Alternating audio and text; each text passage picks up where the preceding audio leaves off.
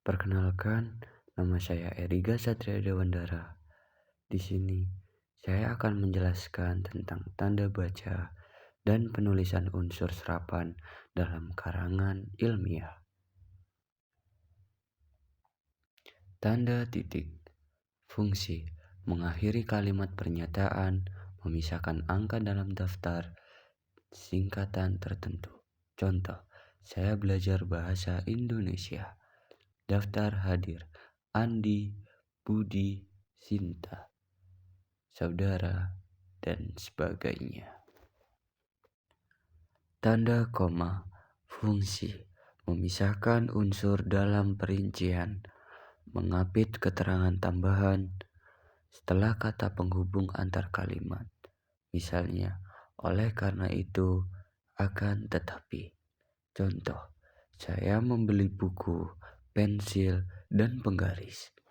Ibu yang sedang memasak memanggil adik. Akan tetapi, hasil penelitian ini perlu ditinjau ulang. Tanda koma. Fungsi. Memisahkan bagian-bagian kalimat yang sudah mengandung koma. Memisahkan perincian yang panjang. Contoh, saya membeli buku, pensil, dan penggaris. Kemudian saya pergi ke sekolah. Faktor penyebabnya adalah 1. Faktor lingkungan, 2. Faktor genetik, dan 3. Faktor sosial. Titik 2. Fungsi. Sesudah pernyataan yang diikuti perincian. Sebelum kutipan langsung, antara nama kota dan penerbit pada daftar pustaka. Contoh, peralatan yang dibutuhkan, buku, pena, dan penggaris. Ia berkata, saya setuju dengan pendapatmu. Tanda tanya dan tanda seru. Fungsi. Tanda tanya dipakai di akhir kalimat tanya. Tanda seru dipakai untuk kalimat perintah, seruan, atau emosi kuat. Contoh, siapa nama guru bahasa Indonesia? Hati-hati di jalan. Tanda petik. Tanda kurung, tanda hubung, tanda pisah. Petik. Mengapit kutipan langsung, judul tulisan, atau istilah yang masih dipersoalkan. Contoh, saya akan pergi sekarang, kata Andi. Kurung.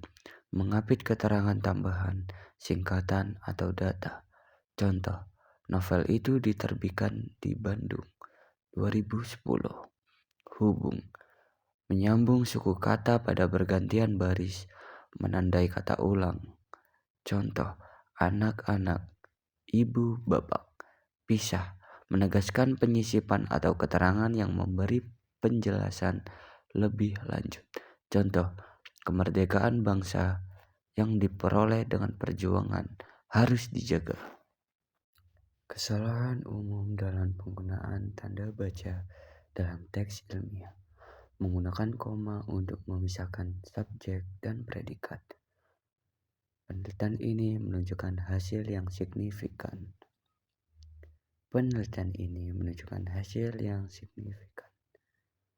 Tidak konsisten memakai titik pada daftar pustaka atau judul. Mengabaikan penggunaan titik koma pada perincian yang kompleks. Menggunakan tanda seru terlalu sering dalam teks ilmiah sebaiknya dihindari. Penempatan tanda petik tidak tepat. Misalnya menaruh titik di luar tanda petik dalam kutipan bahasa Indonesia. Pengertian unsur serapan. Unsur serapan adalah kosakata yang diambil dari bahasa asing atau bahasa daerah, lalu dipakai dalam bahasa Indonesia, baik dengan bentuk asli maupun setelah mengalami penyesuaian. Proses penyesuaian ejaan, asimilasi, dan adaptasi. Asimilasi. Penyesuaian bunyi agar sesuai dengan kaidah fonologi bahasa Indonesia. Adaptasi. Penyesuaian ejaan atau bentuk tulisan agar sesuai dengan Puebi. Contoh kata serapan: Arab, akhirat, Amal dunia syariah. Inggris, komputer, sistem, manajemen, analisis.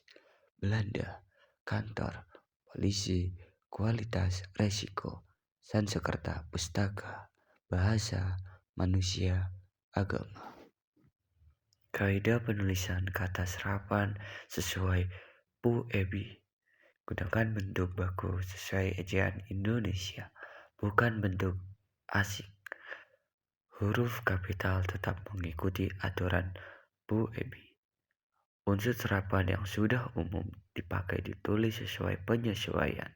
Misalnya, teknologi, demokrasi, kualitas. Kesalahan umum dalam penggunaan unsur serapan dalam karangan ilmiah. Masih menulis istilah dengan ejaan asing. Misalnya software alih-alih perangkat lunak. Menuliskan bentuk yang tidak baku. Seperti resiko. Harusnya risiko. Percampuran istilah asing dan bahasa Indonesia tanpa konsistensi. Tidak memberi penjelasan pertama kali istilah asing digunakan dalam karya ilmiah. Sekian materi yang bisa saya sampaikan dan sampai jumpa di lain kesempatan.